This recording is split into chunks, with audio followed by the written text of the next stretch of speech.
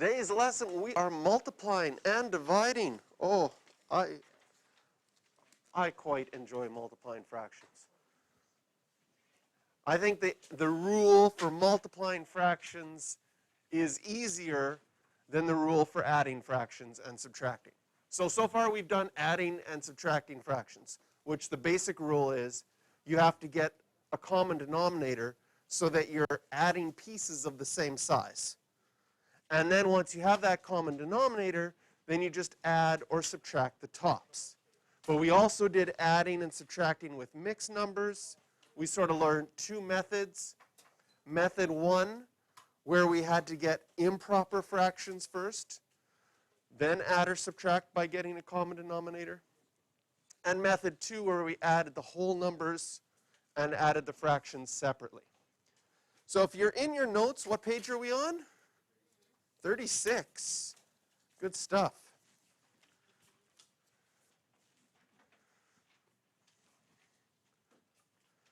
You have 2 Mars bars left over, and for whatever reason, you have 3/4 of each of them left. So I guess you see a Mars bar, you get hungry, you open it, take one bite, and maybe Mars bars aren't your favorite. You're like, oh, and you put it down. I don't like Mars bars. And then an hour later, you see another Mars bar, open it up, take a bite, and go, oh, I don't like Mars bars, and put it away. So now you have 2 Mars bars left that are each 3/4 of a bar. So how much, well, you should have figured that out, right? Anyways, how much do you have left? Well, solution 1, you could add the 2 fractions, right? Because you have 3/4 plus 3/4, and it already has a common denominator. And so you could just add the tops and get 6/4, and that reduces to 3/2 or 1.5. But we could also multiply, because if you have 2 of something, that's 2 times 3/4. And when we're multiplying fractions, even when we're multiplying fractions with whole numbers, we like to express both as fractions. So we can write 2 as 2/1. And then the rule for multiplying fractions, and you've done this before in grade 7 and grade 8, you multiply your numerators and you multiply your denominators. Or you multiply the tops together and you multiply the bottoms together. So when I have 2/1 times 3/4, I can just go 2 times 3, which is 6, and 1 times 4, which is 4, which is 3/2 or 1/2. So I think that 1 and 1/2. Oh, yeah. That was like Yeah, I said that really quick and missed, I think, 1. So the method 1, the idea, if we look at the steps, sometimes we have mixed fractions. If we do have mixed fractions, we will want to write them as improper fractions. So we will not be using another method, and that's why I said sometimes when we did the adding, I said the improper fractions method is one that you're going to use more, and the reason for that is that you use it for multiplying and dividing as well.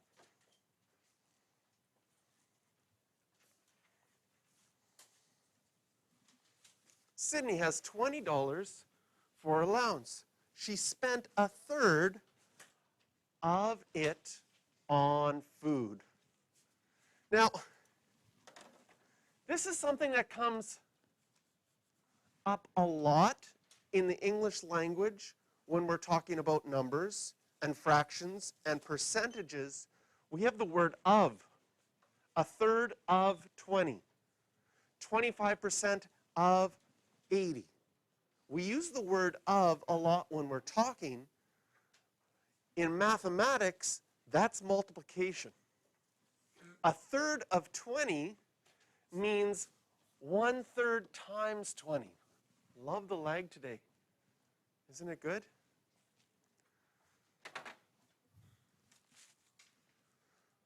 And if we're multiplying 1/3 of 20 or 1/3 times 20, once again, I would change the 20 to 20/1. So we can recap it on here. 1/3 of 20 means 1/3 times 20, and we'd write that 20 as a fraction, 20 over 1. 1 times 20 is 20. 3 times 1 is 3.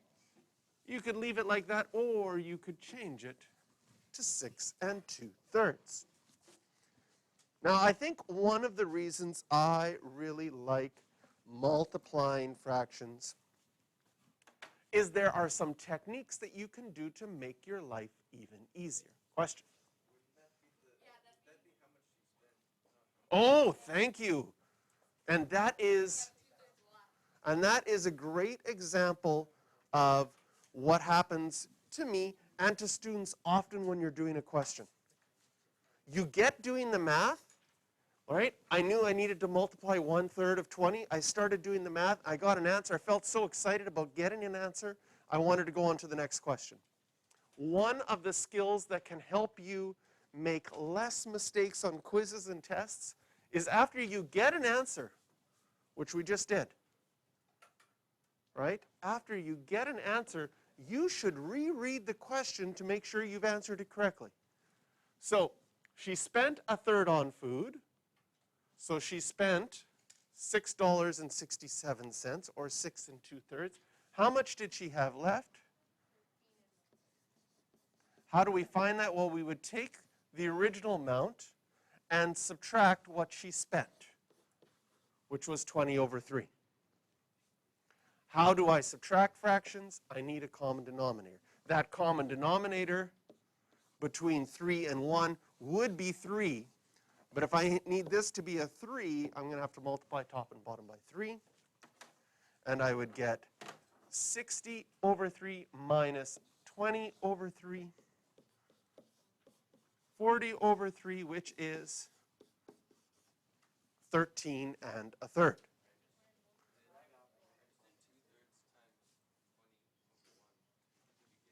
Nice. Okay? So, what Finley said is a great thing to know about fractions. He said, if I spent 1/3, I have 2/3 left. And so a direct way of figuring out how much money he had is he said, well, what's 2/3 of 20? And again, 2/3 of 20 means you're multiplying. Multiply the tops, 2 times 20, 3 times 1, and again, same answer. And again, this is what I love about mathematics. We can view things in different ways. This technique that Finley just said is excellent, especially if you're trying to figure out a percentage off of something. Okay? I would have done 20 divided by 3, And then times it by 2. Okay, yeah, that would work as well. Beautiful. But when you're wanting to figure out a percentage off of something, say you're buying new shoes, they're regular $100, and they're 20% off. That's pretty easy mental math to do. 20% of 100, which would be 0.2 times 100 would be $20, and then you do 100 minus 20 to get $80. But if you wanted to do it directly, if it's 20% off, you're paying 80% of the original price. So the way to do it directly is you could do 80% of 100, which would be 0.8 times 100 and $80, and you'd get your answer directly. Oh, such good math. All right. So one of the things that I like about multiplying fractions, make this a little bit bigger.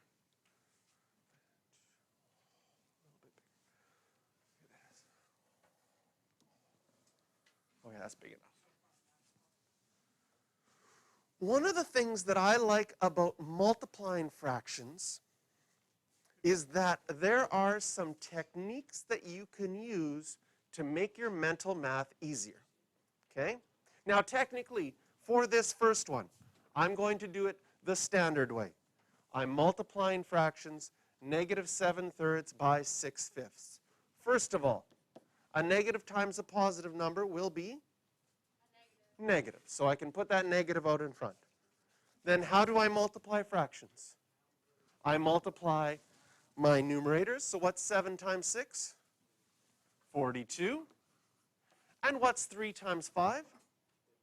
15. And we always have to write our fractions in lowest terms, so this can sometimes be a tricky part.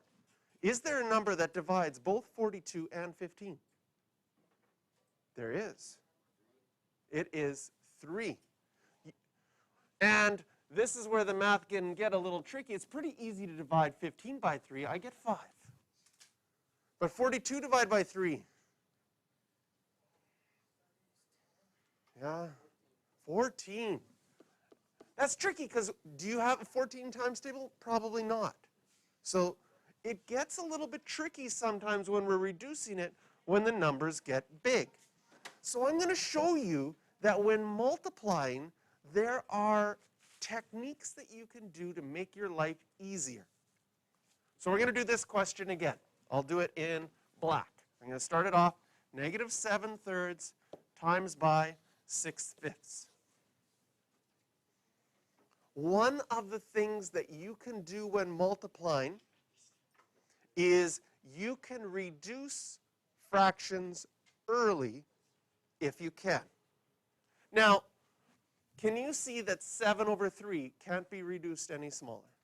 Can you see that 6/5 can't be reduced any smaller? Okay? But you're technically also allowed to reduce on the diagonals. And what we're going to do, and the reason, first of all, the reason you're allowed to reduce on the diagonals is because if the rule is multiplying 7 times 6, would this be any different if I switched the 6 and the 7? Would 7 times 6 be the same as 6 times 7? Right. But if I switch the 6 and the 7, can you see that your first fraction could be reduced? Right?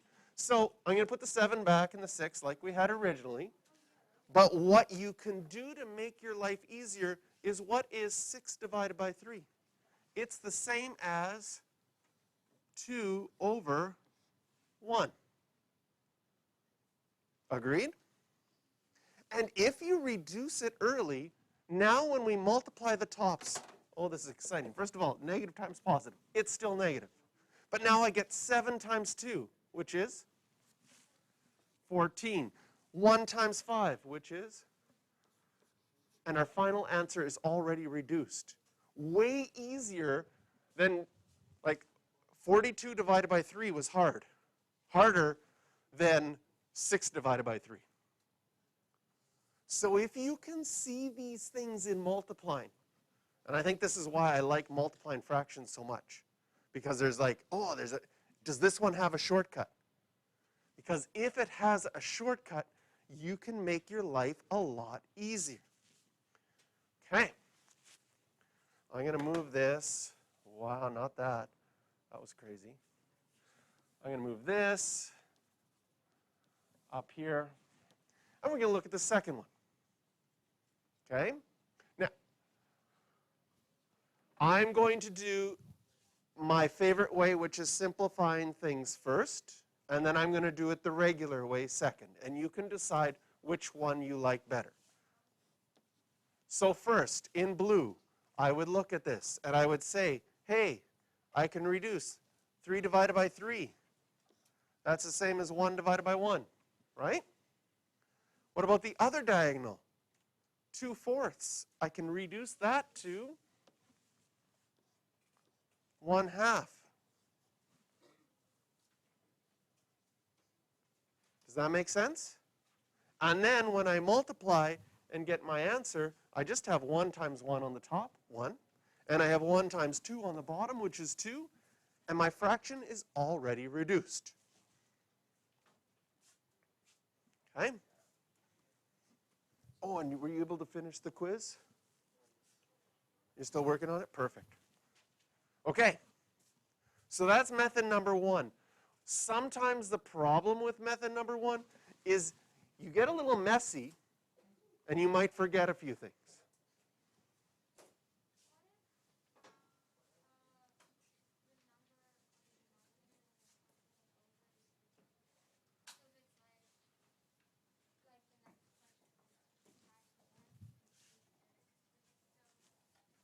So this one wouldn't, right? But this one could.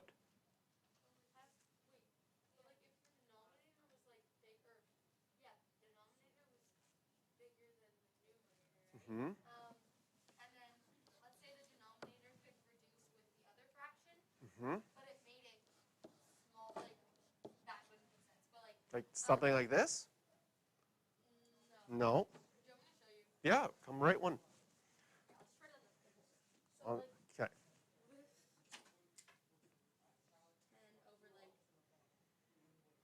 8 or something, right? Mm-hmm. And then 2 over 5. That would reduce to be lower than this, so it would make it a different fraction, so it would make it weird. Okay, so if we had 10 over 8 divided by 2 over 5, okay? Couple of options here. We could definitely reduce this. You could even reduce your 10 over 8. Well, Uh, actually, that was not a good example. you want to use a different number on the bottom? Can you change that 2 to a 3? I can change the 2 to a 3. Yeah, Keep the 8. And that would Okay. you can't reduce the other one, you can. Okay. And then if you reduce the 10 and Well, I could choose to reduce the 10 and the 5, or I could choose to reduce the 10 and the 8. Okay? So the way that, so I have some, let's say I reduce the 10 and the 8 to 5 over 4. I could do that, right? And then, 1 and 1, but then it's still like then it's not 1 times 3 is 3. 4 times, yeah, it won't be, the answer to this one is 3/4. So even though you had an improper one to begin with, we get it to simplify out in the end. All right, I'm going to erase this. I like multiplying fractions because of the different options you have. Now, if we did number 2 normally, and some people like to do things normally like this, 2 times 3 is 6, 3 times 4 is 12, but then you have to ask, can I reduce this? And 6 over 12 is 1/2. Either way, we get the same answer in the end. Sometimes it's super advantageous to cancel. Okay? Let's see how good your math skills are. Let's say you have 7/29 multiplied by 13. We're going to have to multiply 29 times 13, mental math. And we had 29 on the top. This is definitely one that it's going to be nice to have that shortcut. Because 29 over 29, that can simplify to 1 and 1. And then you just have 7 times 1, which is 7, and 1 times 13, which is 13. Done. Easy. If you did it the other way, you'd have to do 7 times 29. Wow. What is that? 213? Okay? And then you'd have to do 13 times 29. Whew, 357? I don't know. And then you'd have a big answer that you'd have to try to reduce, which could take a long time. So generally speaking, I find with multiplying fractions, if you can see something can be reduced or made smaller, your math is going to be easier later on. What about this last one? Is it going to be, first of all, I look at my negative signs. Negative times a negative, it's going to be positive. Okay? Is there anything you could reduce? The 2 and the 4. That can reduce to 1/2. So I'll change that to 1/2. And now what do I have? 5 times 1, 5. 2 times 3, 6. And it's going to be positive. 5/6. All right. Multiplying sheet. Also to be handed in once you're done. 2, 3, 4. Did we do this one? Oh, we have one more. Yes, we'll do it. We'll do it quick. I'll just hand these out while. Do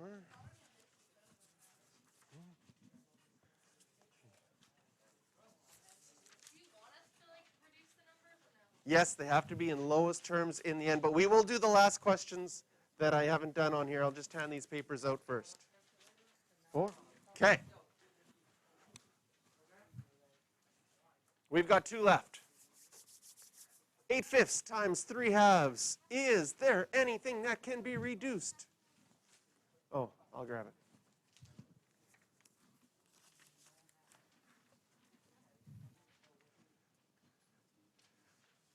So I look in the 8/5, nothing there. I look in the 3/2, nothing there. Can you see that the 8 and the 2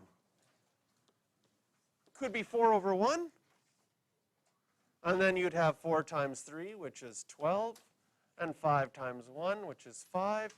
This can't be reduced any further. We could also write this one as a mixed fraction as 2 and 2/5. But I really wanted to do number 5, because in number 5 we have mixed fractions. So how do we deal with mixed fractions? We first change them to improper fractions. So 1 and 2/3 is the same as 5/3. Multiplied 4 and 1/4 would be 17 over 4. Can anything reduce here? 5 and 3, no. 17 and 4, no. Diagonal, 5 and 4, no. 17 and 3, no. So we have to multiply the tops. 5 times 17? 85. Hey, trick for 5 times 17. How many people do 5 times 7, which is 35? 5 times 10, which is 50. 50 plus 35, 85. What about 3 times 4? And something that I find super cool with multiplying fractions. If your original fractions do not simplify, like here, what we did first, we checked if anything simplified up and down or on the diagonals. If nothing simplifies, then your final answer won't simplify. And this can be a place where I find students spend a lot of time just like, am I done? Like, oh, 85 over 12, can I reduce it? Can I reduce it? Can I reduce it? Can I reduce it? Try 2, no. Try 3, no. Try 4, no. Try 5, no. Try 6, no. Try 7, no. Try 8, no. But until you get to 12 and you're like, okay, I guess none of them work. But that's a lot of time wasted. If you know that your original fractions that you were dealing with didn't reduce, then this one won't reduce either. And if you wanted to write this as a mixed fraction, it would be 7 and 1/12. Okay. So on your sheet, multiplying fractions, I actually have 2 multiplying fraction sheets I will hand out.